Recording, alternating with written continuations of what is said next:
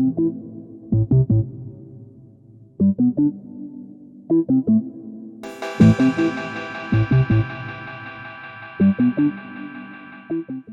Mireille. Bonjour Arnaud. Alors vous évoluez depuis plusieurs années en tant que chef de projet dans l'industrie pharmaceutique. Est-ce que vous pourriez brièvement nous présenter votre parcours ainsi que vos missions actuelles? Après avoir obtenu mon diplôme d'ingénieur en électronique, électricité, option télécommunications, j'ai géré au Liban, au sein de l'entreprise Ogero, deux projets de télécommunications qui ont pour objectif de gérer le trafic international de la téléphonie. En parallèle, j'ai enseigné pendant 4 ans à l'université libanaise l'électronique et le traitement du signal. J'ai voulu développer davantage mes compétences scientifiques et j'ai accepté une offre de Forenap, une entreprise qui réalise des essais cliniques pour le développement des nouveaux médicaments, pour gérer un projet de recherche qui va mener à l'obtention de mon doctorat en sciences. Ainsi, j'ai commencé à évoluer dans le domaine pharmaceutique, tout d'abord en étant responsable d'une équipe de biostatistique et gestion de données, puis je suis devenue project manager. Aujourd'hui, à Cytel, en tant que project manager, je suis responsable de la gestion et de la coordination des projets relatifs à la gestion et les analyses des données cliniques, de leur mise en place jusqu'à la clôture. Je garantis la livraison à temps, je gère le planning, mais aussi les ressources financières et humaines. Et aussi, je suis responsable de la coordination en interne et en externe. Alors vous parliez de livrer à temps. Alors c'est vrai qu'on se représente souvent le chef de projet comme le garant d'un planning qu'il convient de respecter. Alors c'est évident que cette dimension temporelle, ce n'est pas l'unique sujet auquel vous êtes confronté, mais ça doit pourtant jouer un rôle important dans votre quotidien.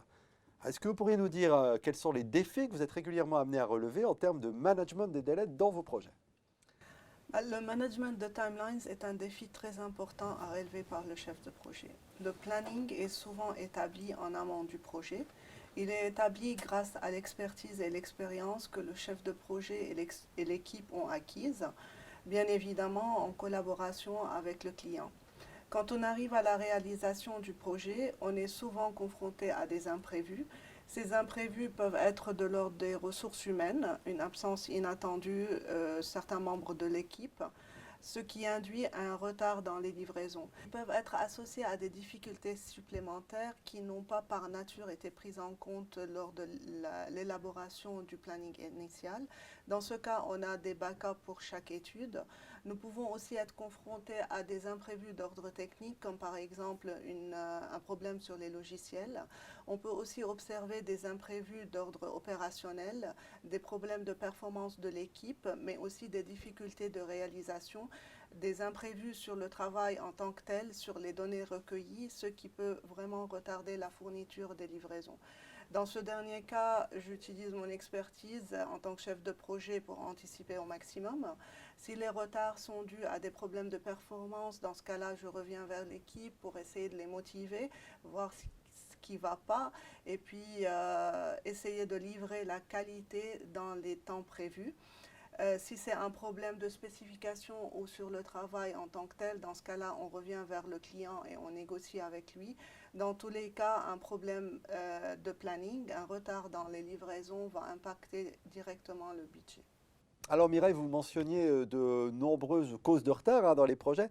Alors moi, il y a autre chose qui me vient à l'esprit dans le secteur dans lequel vous travaillez, dans l'industrie pharmaceutique. On a beaucoup d'entreprises qui sont ce qu'on dit en anglais des global players, hein, qui ont des équipes projets qui sont disséminées aux quatre coins du monde.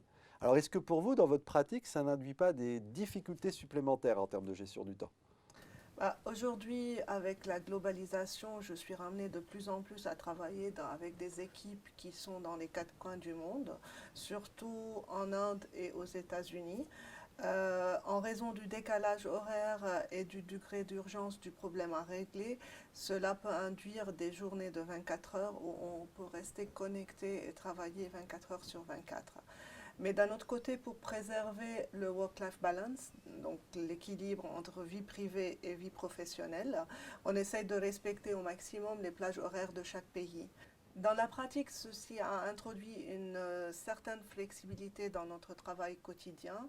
Si on a des livraisons le jour J, on pourra mettre à profit du décalage horaire ou être handicapé par celui-ci selon le pays concerné. Alors Mireille, j'aimerais vous poser une dernière question par rapport aux outils que vous employez. On sait que le diagramme de Gantt a encore la faveur de très nombreux chefs de projet, mais on sait aussi que son emploi dans la pratique peut être assez vite rebutant, hein, notamment quand on met en place une gestion fine des tâches et des ressources. Alors, il existe des outils plus simples et plus légers, notamment ceux qui viennent du monde du management de projets agiles.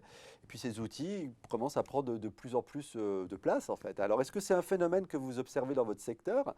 Et si oui, quels sont ces outils qui proviennent du monde agile? Quels sont ces outils que vous utilisez? Aujourd'hui, dans notre entreprise, on utilise encore le diagramme de Gantt pour planifier et suivre nos réalisations. Il possède beaucoup d'avantages pour suivre dans le temps les écarts et ajuster les ressources. Mais il est vrai qu'il atteint ses limites dès lors qu'on veut aller vers une gestion beaucoup plus fine. Les méthodes agiles commencent à faire leur entrée, mais ceci reste vraiment très marginal aujourd'hui. Le changement de méthode dans une entreprise met du temps à se mettre en place, d'autant plus que le diagramme de Gantt a encore beaucoup sa popularité. D'un autre côté, il ne faut pas oublier la résistance au changement dès lors qu'un nouveau système sera mis en place, mais aussi les risques induits par le changement de méthode et l'impact que cela peut avoir sur le travail quotidien et les projets en cours.